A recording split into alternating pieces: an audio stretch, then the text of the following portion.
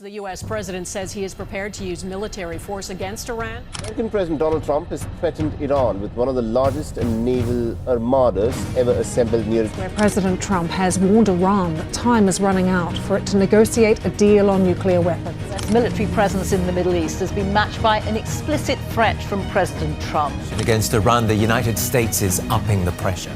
He sent another warship to the Middle East amid a large military buildup in the region. Donald Trump's Secretary of War says U.S. military is ready to carry out President's orders on Iran. We obliterated Iran's nuclear capacity in Operation Midnight Hammer. Today, what we observe around Iran is neither an isolated crisis nor a simple routine reinforcement. It is a complete operational encirclement, structured by Washington to possess all the levers of a potential offensive against Tehran, while simultaneously preparing defenses against an intense Iranian retaliation. This deployment in the Middle East is not limited to a single ship or a squadron of aircraft. It involves an air-sea-land missile defense combination designed to provide the U.S. General Staff with multiple offensive and defensive options. The core of this system rests on American carrier strike power, whose most visible element is the nuclear-powered aircraft carrier USS Abraham Lincoln and its carrier strike group moving toward the Persian Gulf from the Indian Ocean. When fully operational, this group typically embarks 60 to 70 combat and support aircraft, including F/A, 18E/F Super Hornets, stealth F-35C, Lightning II fighters, and specialized electronic warfare platforms, such as the EA-18G Growler. This aircraft carrier is not alone. It advances with several Aegis missile destroyers, cruisers, and escort ships capable of providing an integrated missile defense and command network, as well as sea-based cruise missile strike capabilities. These cruise missiles, for example, the well-known Tomahawk, each with a strategic range of several hundred kilometers, have been used by the U.S. Navy for decades to strike fixed or mobile targets from a distance. Alongside this carrier group, the United States is relocating combat aircraft from Europe to the Middle East. Dozens of F-15E Strike Eagles have recently been transferred from RAF Lakenheath in the United Kingdom to forward bases such as Muwafaq Salti in Jordan or Al Udeid in Qatar. These aircraft are designed for deep strike missions, suppression of enemy air defenses, and operations against complex ground targets. These movements are supported by massive aerial logistics, aerial refueling tankers such as the KC-135 and KC-10 extender, enabling squadrons to remain operational over time and extend their range without relying exclusively on land bases. In addition to the offensive component, the U.S. military is also deploying advanced missile defense systems, notably Patriot PAC-3 and THAAD, Terminal High Altitude Area Defense batteries, to intercept ballistic missiles and drones over areas it occupies or protects. These systems are being redeployed in the region to reduce the potential risk of Iranian strikes. Around the land and air arc, this system is complemented by major existing bases. Al Udeid in Qatar, hosting up to 10,000 U.S. personnel. Bahrain, home to the 5th Fleet headquarters, and detachments in Saudi Arabia, Jordan, Kuwait, and Iraq. Facing this encirclement, the Iranian military response is based on an asymmetric and saturation doctrine rather than a traditional linear defense strategy. Iran possesses a combination of indigenous weapon systems that make any offensive costly. In terms of ballistic missiles, Iran fields systems such as the Shahab-3, capable of delivering conventional warheads at distances between 1,000 and 2,000 kilometers, thus covering the entire Middle East and beyond. Iran has integrated Russian and Chinese systems into its own platforms. The Russian component revolves around the S-400, capable of tracking over 300 targets simultaneously, with ranges exceeding 250 kilometers depending on engagement profiles. It is employed as a high-altitude lock, targeting command aircraft, tankers, and ISR platforms. Modernized S-300 elements complement this system, providing redundancy and resilience against partial strikes. The Chinese component relies on the HQ-9B, equipped with the HT-233A ESA radar, optimized against drones, cruise missiles, and low-signature targets. Its range is estimated between 200 and 300 kilometers. It forms the backbone of the defensive mesh, protecting major cities, nuclear facilities, and industrial centers. These systems have not replaced national defenses, but encapsulated them. Iran continues to operate the Bavar 373, the 15 Khordad, and Sayyad 3 missiles, creating overlapping layers from very low to high altitude. The objective is not invulnerability, but density, in order to force the attacker to expend munitions and time. On the air side, the introduction of Russian Su-35 fighters marks a threshold. Even in limited numbers, these aircraft bring long-range radar, high maneuverability, and long-range air-to-air missiles. They are employed to protect surface-to-air batteries, conduct limited interceptions, and provide deterrence, not to achieve total air superiority. Discussions also concern Chinese J-10C fighters, equipped with AESA radars and modern air-to-air missiles, to compensate for the historical deficit of Iran's fighter aviation. In terms of strike capability, Iran maintains an asymmetric doctrine reinforced by these technological contributions. Its arsenal includes several thousand short and medium-range ballistic missiles covering the entire Middle East. The Shahab, Ghadr, Imad families and derivatives are designed for regional strikes with conventional warheads, sometimes maneuverable in the terminal phase. Added to this are low-altitude cruise missiles and massive use of kamikaze drones produced at low cost, intended to saturate defenses, consume interceptors, and serve as decoys. For air defense, systems such as the 15 Khordad combined with Sayad-3 missiles are intended to detect and intercept aircraft, drones, or missiles at significant ranges, even though they must be integrated into a broader network to be fully effective. Iranian forces also operate a fleet of combat and reconnaissance drones, such as the God's Mohajer 6, capable of surveillance and light attack along multiple axes. On the naval side, the Iranian Navy operates frigates such as the Jamaran, armed with Noor anti-ship missiles, guns, and torpedoes that can be engaged in the Gulf and in the Strait of Hormuz.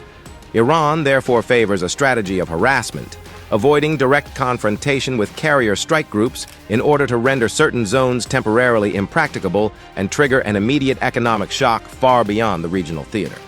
All of these assets are integrated into a doctrine that relies more on deterrence through cost than on conventional superiority, saturating the battle space with multiple threats, ballistic, drone, naval, making any enemy advance uncertain and costly, and exploiting the region's geographic constraints. This context of potential confrontation naturally draws the attention of external powers such as Russia and China, but their current role is far more limited than some sensational commentary might suggest.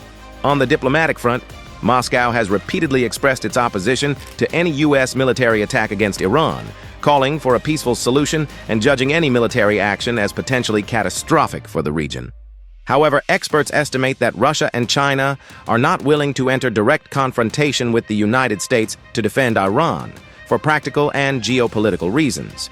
Moscow is engaged in Europe and Ukraine, while Beijing prioritizes energy supply stability and economic ties over direct military confrontation.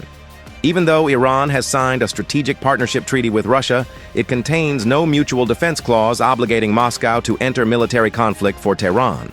Beijing, for its part, remains a major economic partner of Iran, importing a large share of its oil, but its official policy is to condemn any violent escalation and advocate de-escalation while avoiding any concrete military involvement.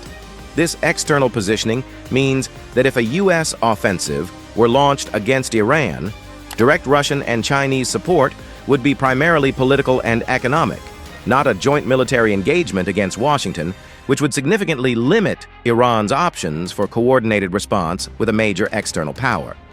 In this extremely tense context, confrontation is no longer theoretical. Every component of the system, from U.S. ships and destroyers to Iran's ballistic arsenal, from Patriot batteries to Mohajer drones, weighs on the other and influences strategic calculations. The United States has strengthened its naval and air encirclement with the aim of being able to launch high-intensity strikes using dozens of aircraft, hundreds of cruise missiles and suppression systems, while attempting to protect its forces and allies through advanced missile defense batteries and heavy logistics. Iran, for its part, must manage an asymmetric arsenal designed to make any enemy advance costly, exploiting ballistic, naval, aerial means, and drone networks alike. The result of this dynamic is an unstable balance, where every tactical movement translates into strategic risks, and where the outcome depends not only on brute force, but on escalation logic, the ability to survive the first wave and respond with force, even if limited. Major escalation scenario: extended regional confrontation. In this scenario, the crisis immediately shifts into an integrated regional war, without an intermediate phase. The American objective is no longer deterrence, but rapid strategic disorganization of Iran. The first American wave combines naval cruise missiles, stealth airstrikes, continuous electronic warfare, and cyber attacks. Several hundred precision strikes are executed in under 6 hours, targeting long-range radars, command centers, airfields, ballistic sites, and communication networks. The intended effect is temporary paralysis of Iranian command. The Iranian system does not collapse. It fragments. Underground centers and decentralized command enable minimal continuity. Tehran considers the existential threshold crossed and launches an immediate maximal retaliation. In less than 4 hours, Iran fires an extreme saturation salvo estimated between 2,000 and 3,000 vectors. Ballistic missiles, low-altitude cruise missiles, kamikaze drones, and decoys.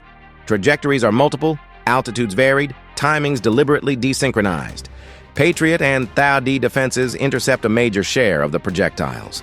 But even with 85 to 90% interception, the density guarantees dozens of impacts on regional U.S. bases. Runways damaged, fuel depots hit, command centers degraded. American capabilities persist, but operational tempo is slowed.